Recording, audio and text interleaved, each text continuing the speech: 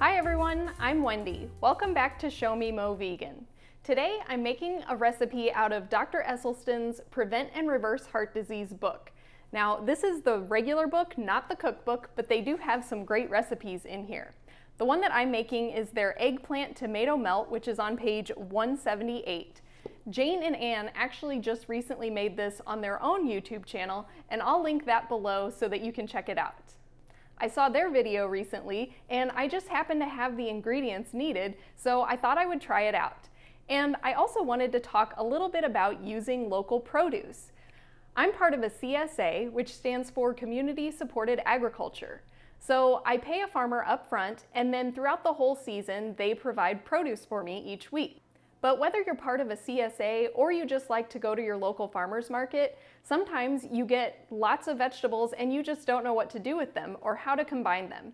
But that's the great thing about a whole food plant-based diet. You really can't go wrong throwing any veggies together. And this is an example of that. Right now, I'm getting tons of eggplant and tomatoes from my CSA. And eggplant is not one of my favorite vegetables, so I was really excited to see this recipe and try it out. So we'll start with the eggplant, and I got this beautiful heirloom variety. I almost don't want to take the skin off, but for this recipe we do peel it. Once you have it peeled, you'll slice the eggplant. One of these eggplant is really skinny, so it might not work with these tomatoes, but I also got some really lovely cherry tomatoes from my CSA, so I might try those. Because in the recipe, they say that you want to try to get the tomatoes to be about the same size as your eggplant. And can we take a moment just to appreciate how beautiful these local tomatoes are? Next up, they add some granulated garlic and minced onion on each piece of eggplant. Then comes the roasted red pepper hummus. They call for one that doesn't have oil or tahini in it, but the one that I can find in my grocery store is just oil-free, although it does include some tahini.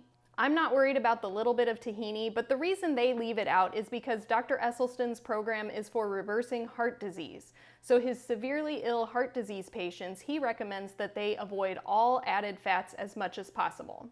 So the tahini adds just a little bit of fat to this. They recommend a generous dollop of the hummus. And then you'll want to match up your pieces of tomato to fit your eggplant as well as you can. And like I said, the one eggplant was kind of skinny, so I'm just using these little tomatoes for it. And then they bake this until the eggplant is nice and soft. If you're not a fan of eggplant, roasting it is a great way to go, because anytime you roast a vegetable, it's going to bring out the sweetness and make that flavor much more intense and delicious. Once these come out of the oven, they say to sprinkle it with cilantro or parsley. And this is an example of a time where I suggest you use what you have. Right now, I don't have any parsley or cilantro, but I did get some beautiful basil in my CSA, so I'm using that instead. Basil goes great with tomatoes, so I'm sure it'll be delicious. By the way, if you saw my video a few weeks ago where I destroyed my basil by storing it the wrong way, this is the proper way to store your basil. You want to keep it like flowers, in a glass of water. I've also been getting an abundance of shishito peppers in my CSA. I've talked about these before, but if you're not familiar, it's a sweet pepper most of the time.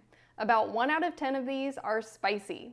So far this year, I haven't gotten any spicy peppers. All of mine have been sweet, but you never know.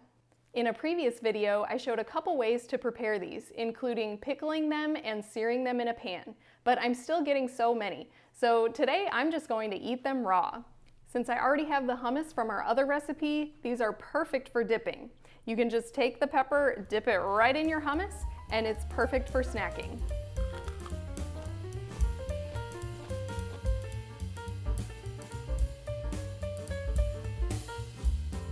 These are absolutely beautiful and they smell amazing, so let's give it a try. They're still really hot. Oh, and look at that on the bottom, nice caramelization.